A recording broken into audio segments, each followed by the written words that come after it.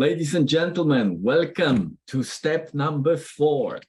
In this step, we're going to talk about very exciting things. But before we go there, my name is Kristof, and I'm a career coach, sales trainer, and also a big fan of the future soft skills, and have an even more incredible pleasure to introduce CK, an amazing career coach who help professionals to elevate their careers, but not only careers, also their spirits and their mindsets, which is incredible because today we're going to use our mindsets to talk about an amazing subjects in relation to communication, which is interview. CK, did I miss anything when I was introducing you? Because you have such a variety of skills, and that sometimes I believe if you can complement my introduction would be fantastic. Do you know what? I was actually just like, this is one of the best intros I've had. So I absolutely have no complaints about that. So thank you so much. So thank you. I am the lifter of spirits and mindset. So I absolutely love that. So no, and thank you as well for inviting me. I'm so excited and so honored to be a part of the next step when it comes to interviews. Great. And we're gonna, because we can talk for hours about this, but we're gonna focus on the key things that we think from our experience definitely you should know. And sometimes it may be a little bit repetitive, but I would like to start from preparation. Oh God, it comes even from the art of war. You know, if you're not prepared, you're prepared to fail. And we know that it's so crucial, especially interview. People want to feel more confident, calm, relaxed. And how you gain that? Of course, there are many aspects of this, but one of the crucial that impacts this feeling is preparation. And if you be CK, so kind to elaborate on that preparation based on your experience working with young professionals. Absolutely. I think one of the most important things is to identify the skill set that they're looking for within a job. So when you have identified the skill set, you can basically have a better idea as to the type of examples and the type of situations you should speak about within an interview. So knowing that, the job spec looks for somebody who has good interpersonal skills, will bring in examples of when you are showing that you have excellent interpersonal skills. Is it good attention to detail? Is your role going to be one where you would have to lead?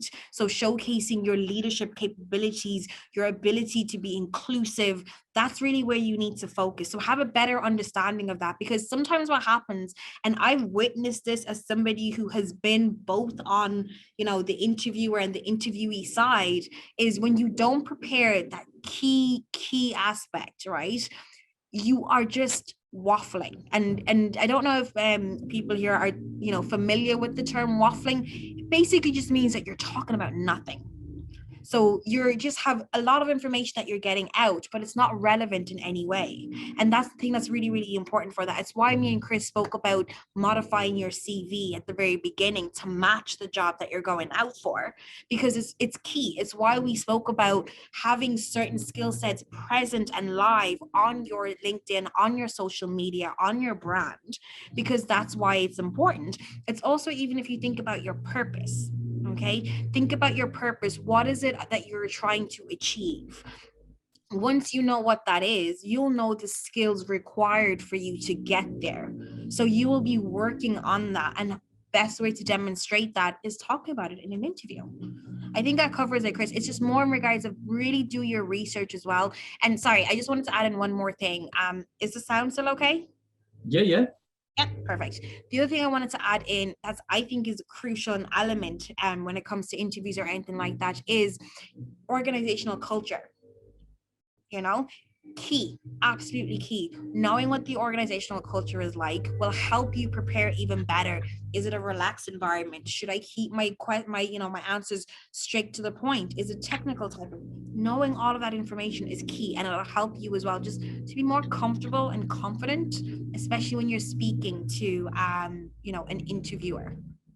Brilliant. And I'm so happy you did this introduction, because That's why interview is just fourth step. And people want to start with the fourth step. No, there are steps we said you need to find your purpose. Yes. When you get that, how you contribute to humanity, then you can build your presence CV, and then you focus one job at a time. And then it's the interview process. Yes. And now narrowing and focus to the interview itself, the 3 points that we can highlight today is how to prepare, which is the different ways of you can do that, like using professionals or someone or recordings, questions, the general questions, specific questions, and also techniques from STAR to Carl technique. So if let's start from how to prepare. How did you find helping others would be like a top advice for them, saying, oh, this works for most of the people I'm dealing with? I would say the best thing is mock interviews, and mock interviews with non-familiar individuals. And the reason why is because I found that, I'll give you an example. There was one student that I worked with had high levels of confidence. I mean, when she walked into the building, it was like runway for her. She would talk to anybody. Okay. And then I remember when she sat down for an interview, a mock interview with me for roles, and how nervous she got. She stumbled over her words, and I was able to spot straight away what her nervous habits were, how they came across, and I was able to explain to her the perception that an interviewer would have about this. I was able to help her with her STAR approach as well, because it was almost like a foreign concept for her. And that's what I mean by that. Mock interviews, I feel like, will always be one of the best things for you, because you have a way of answering these questions, not just answering these questions, but you also have somebody giving you feedback on how to answer these questions in the correct way. And I will always say, you know, do your research, find out what kind of questions are going to be asked and things of that nature. Absolutely important. But that's one of the ways I would definitely say it. And if you can, if you have the capacity to do it, have your mock interview recorded. I've done that with students before as well. And I'll send them the Zoom recording so that they understand how they seem or how they look in the eyes of the interviewer. And that feedback, those little notes that you make, okay, I don't make enough eye contact, pop that in. You know, I'm playing too much with my hands, or I'm moving too much and I'm not actually paying attention. Like, I'm one of those people, I'm a very kind of like a busybody, so I'm constantly moving and things like that. That's something I need to be aware of in an interview. I can't be like, oh yeah, like I like to do, like, I can't do that in an interview. It's a professional environment, so I need to be aware of what are the things, my nervous habits, my nervous tics that could be perceived incorrectly. I remember I interviewed someone before who didn't realize that when he was really nervous, he winked, but it was so inappropriate. So then and I remember the hiring manager saying, I don't want to hire them because they're not self-aware. Yeah. You're not self-aware. And that for me is something where she was like, no, I don't want to negotiate on not being self-aware enough to know that you're doing something that might cause someone else to be very uncomfortable. He was a male being interviewed by 2 females. So that's what you're kind of like, are you trying to flirt? What is this? Yeah, do you know what I mean? Any opportunity possible, yeah. Exactly. Well, but that's the consequences of his decision, of course. And that's, I'm happy you highlighted mock interview here. And I would say, from me working with clients at here, that they said, okay, very often in our heads, we thought we know how to answer, but when they come to exercise with me, they start to being lost. And that's what they say, wow, those and then we practice question again and again and again and again. And then they build finally those neural connections, because it's not only what you have in the head. Your body needs to do it. And then when you know how your body do it, how it's reacting, that's the crucial thing. And that actually leads me to another thing, is questions. So we have the general questions. Tell me about yourself. How do you what are your weaknesses? That's kind of very often used questions, but there are questions specific to your industry. Tell me about situation when you were creating a financial reports, if you apply for financial work. And if we talk about general questions, and did you find that people actually fail on those simple questions? And if they do, why?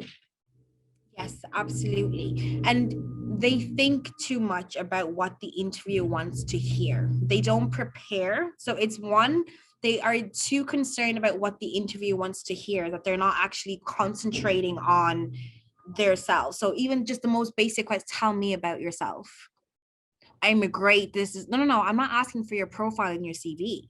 Exactly. I want you to summarize yourself. So short, and it's always by being short, honest, and efficient. That's literally, it's she. That kind of way. It's really, really important. And tell me about yourself, as well as things are, what's your, and look, it happens every year. What are your areas of improvement? When you use cliche, perfectionist, can't delegate, I'm just really hard. Sometimes I don't. And it's like, those terminologies, sometimes they can actually do more harm than good. And that's one of the ways that I would definitely say it. Those personal questions, it's more in the sense of stop concentrating so much on what the interviewer wants to hear and concentrate on how you want to be perceived. That's the most important. Can they hear about your passion? Are you able to convey how you can contribute to making this company even more of a success? How can you convey your previous experience and your life experience as well as sprinkling with a little bit of your personality then as well? Yeah, That's what I would always say. I just think it's key. Don't try to be somebody else. Yeah. It's not gonna work. It's not gonna work, No. right? So when you're literally talking about how can I make this better, and then you're talking about what you can gain, it's a mutually beneficial relationship. That's what employment needs to be. It's supposed to be mutually beneficial. And I know some people go into it because it's a means to have a job. No, that's not what it's about. That's not how you should approach job searching. Your career plan is that you working in this company is a step closer to what your end goal is. So if me and Chris want to work towards becoming, I don't know, famous hosts in Ireland, talking about career development, this 5-step process We're that not? we I about, thought we are we're already.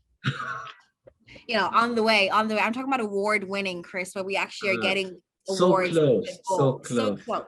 But that's what I'm saying. It always has to be a part of a bigger plan. And we need to stop looking at jobs just as a means of remuneration, just as a means of the benefits package. And I do understand that it's not always the case because financial stability and other things are important. But sometimes, and I think this is really, really key, you're going to enjoy yourself, because some people say that when you're doing what you love, you're not going to hate getting up in the morning. And I think what's worse than anything else is having a life where you spend 10, 15 years doing things that you absolutely abhor and have nothing to do with what your end goal in regards of your career is. If you want to get an award for being the best speaker, that's okay. Nothing wrong with that.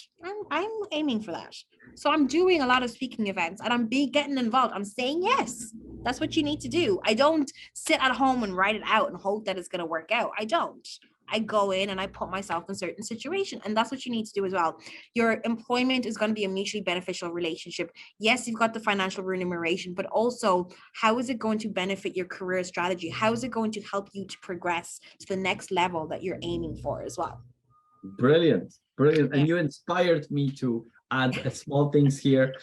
Once one of the things when people ask, tell me about yourself, they don't tell about themselves, they tell what they did.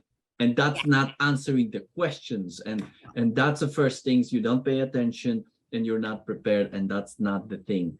And then when we talk about you come to interview and they want to hire you to search, as you said, so they want to hire you to solve certain problems.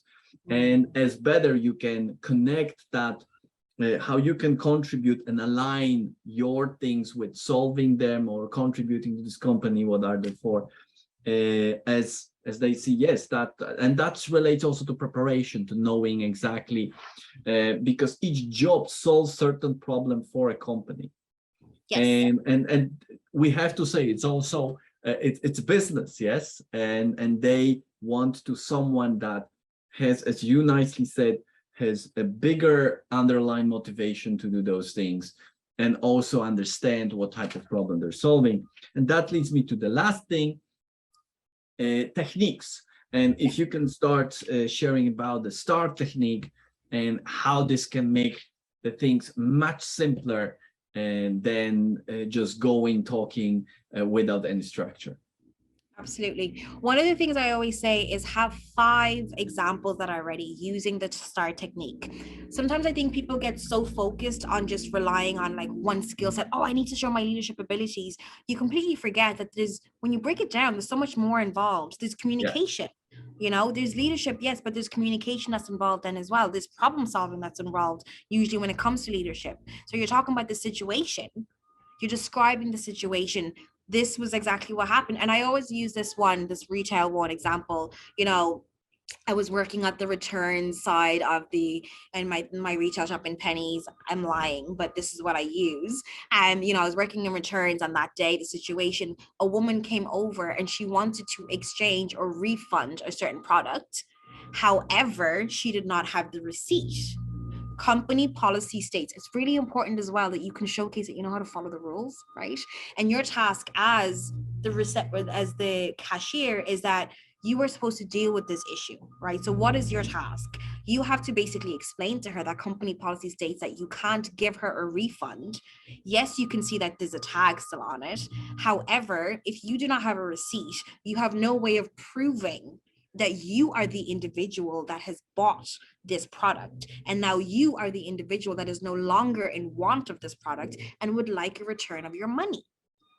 That's what it's for. What actions did you take? You explain the company policy. However, you may not be able to refund her money, but you can offer an exchange in the sense of she may be able to pick out another product within the store that's for the same price. Now, is it completely 100% solved? Not really. And this is where the result then comes in. Now, she may have been irritated and may have been screaming and shouting, and you might explain it to her. Now, please, for anybody who's dealing with an irate customer or dealing with somebody or business, don't be like, well, I called the manager because that's what we had to do. Don't say that. Don't say that. You're going to talk about how you tried to solve the issue. And what the result was. The result was, well, she was happier about getting, because now she may not have been able to get a full refund of her money back, but she does now have a credit note, or she does now have a voucher that allows her to spend the exact amount of money within the store. So what is the result? The customer does not have the product that she does not want. The customer, you did not, decide to completely go against protocol, which is giving a refund without a receipt. Mm-hmm. Okay. And then not to mention the customer is also happy because of the fact that they got rid of this product that they didn't want in the first place. And you are also showcasing your skills, your interpersonal skills, you're showing your communication skills, how you took lead on that as well. And you might also just I always say in regards of talk about how the conversation went. Sometimes there are people who will scream and shout at you, talk about how you calmly spoke to her and told her, look, I'm really sorry. Showcase your, that you are regretful that you can't do that for her. Yes, I understand that. However, we need that. I wouldn't be able to process that without it.